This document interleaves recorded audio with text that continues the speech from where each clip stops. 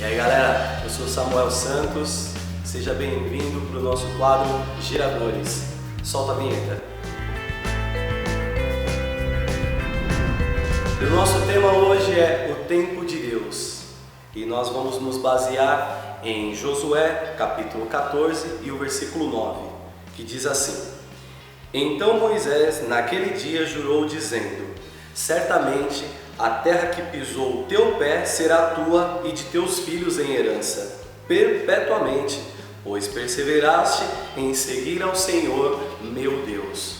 Essa palavra quem está dizendo é Caleb. Ele está conversando com Josué e reivindicando algo que foi prometido para ele há muitos anos atrás.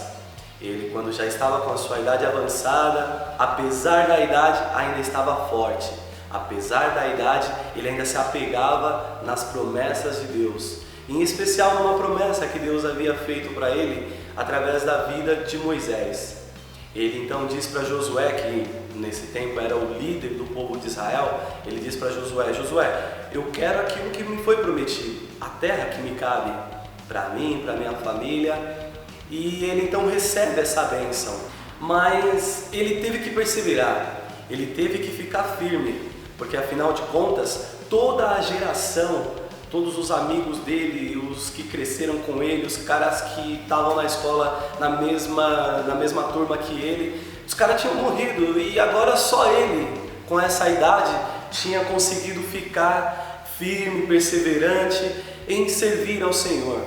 Eu sei que se você olhar para a sua vida, olhar um pouquinho para trás, muitas pessoas ficaram pelo caminho, não é? Talvez até você esteja ficando pelo caminho.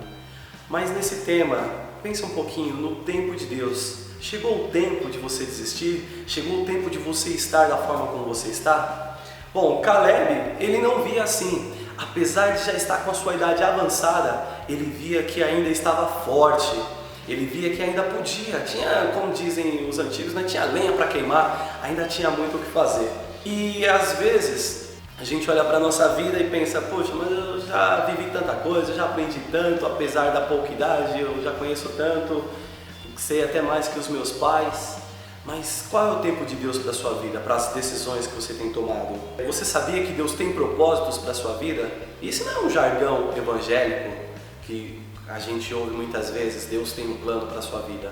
Deus de fato tem propósitos para nós. E Caleb, ele afirma para Josué: você sabe o que o Senhor disse a Moisés, homem de Deus, em Cades Barneia para mim e sobre você. Eu tinha 40 anos quando Moisés, servo do Senhor, me enviou para espionar a terra.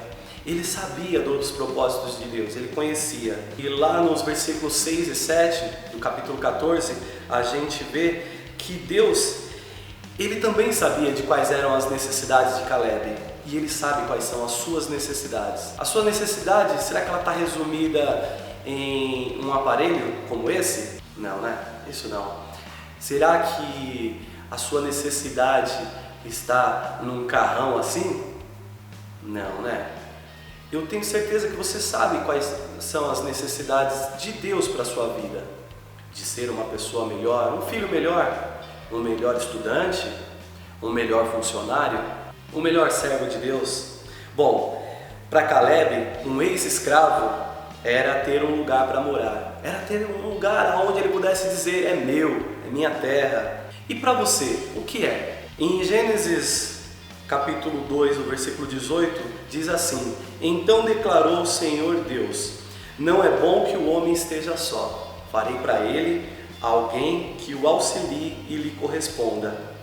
Você sabia que Deus, ele é o maior interessado que sejamos felizes? Deus é o maior interessado na sua felicidade. E você pode ficar assim, ó, com esse sorriso, com essa cara bonita aí, ó, mostrando os dentes.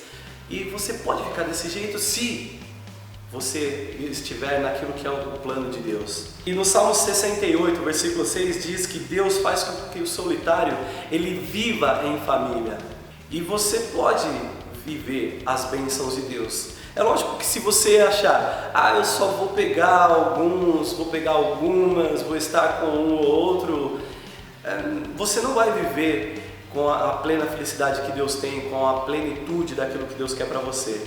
Mas tenha certeza que se você perseverar se você continuar firme naquilo que são os propósitos de Deus, Ele vai te fazer muito mais. E em segundo ponto que nós podemos ver também é que o tempo de Deus, ele é uma jornada.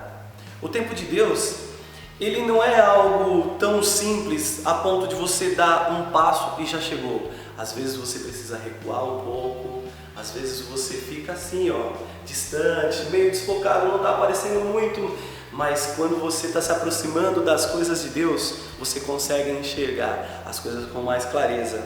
Não tem como nós queimarmos etapas. E até falando um pouquinho sobre namoro mesmo, a gente às vezes quer queimar etapas. Não ora, não busca a vontade de Deus, acha que só porque tem um rostinho bonito, só porque tem esse jeitinho meigo, tá tudo certo. Mas não é só isso. Deus, ele tem propósitos e nós precisamos também ter propósitos naquilo que nós fazemos. Muitas vezes a gente não tem a paciência de esperar. Muitas vezes a gente não consegue ficar dentro daquilo que é o tempo de Deus. E o tempo de Deus, ele é um tempo que às vezes se estende mais do que nós gostaríamos, mas é necessário. Só porque você acha que já chegou o tempo, não quer dizer que é o tempo. Às vezes você ainda é um adolescente e acha, não, mas já está tudo certo. Não, nós não devemos despertar em nós aquilo que ainda não chegou o tempo apropriado. Nós precisamos esperar no tempo certo de Deus. A gente precisa saber também que aquilo que nós precisamos, nós não vamos dar uma forcinha para Deus, porque Ele é o Todo-Poderoso. O nosso Deus, diz a Bíblia, que Ele é o El Shaddai, Ele é o Todo-Poderoso, Ele pode fazer muito mais do que nós. Então não fica querendo dar uma forcinha para Deus, não fica querendo dar um empurrãozinho para Deus, porque às vezes você vai ficar assim, você vai se esforçar, você vai fazer força e não vai chegar a lugar nenhum. Então não dê uma forcinha para Deus, mas espere em Deus, espere no tempo de Deus. A Bíblia diz que Ele fortalece ao cansado e dá força ao que não tem vigor algum. E a Bíblia também diz que até os jovens, eles se cansam, ficam exaustos. Os moços até tropeçam e caem, diz a palavra, mas aqueles que esperam no Senhor renovarão as suas forças, subirão com asas como águias, voarão bem alto como as águias, correrão e não ficarão exaustos, andarão e não se cansarão. Está lá em Isaías. Nós precisamos entender que um relacionamento, que uma vida com propósitos, ela começa com os primeiros passos. Então, nos seus primeiros passos, já dê o passo correto, já faça da forma correta, porque o tempo de Deus, ele vai chegar, desde que tenhamos paciência para esperar e entender qual é o tempo de Deus para as nossas vidas. Que Deus te abençoe, que essa palavra possa penetrar no seu coração e que você entenda, que consigamos entender o propósito de Deus para as nossas vidas, porque assim como Ele foi fiel a Caleb depois de 40 anos, Ele pode ser fiel para você depois de 4 meses, 4 anos, depois de 4 dias. Deus, ele não está preso no tempo, nós é que estamos. Deus, ele faz tudo no tempo certo, ele não tarda. Amém? Deus te abençoe. Compartilha aí, curte o nosso vídeo, vai lá no Instagram, siga a gente no Twitter, marca um amigo seu, marca alguém que você acredita que vai ser abençoado por essa palavra. Te esperamos nos próximos vídeos. Deus te abençoe, tamo junto.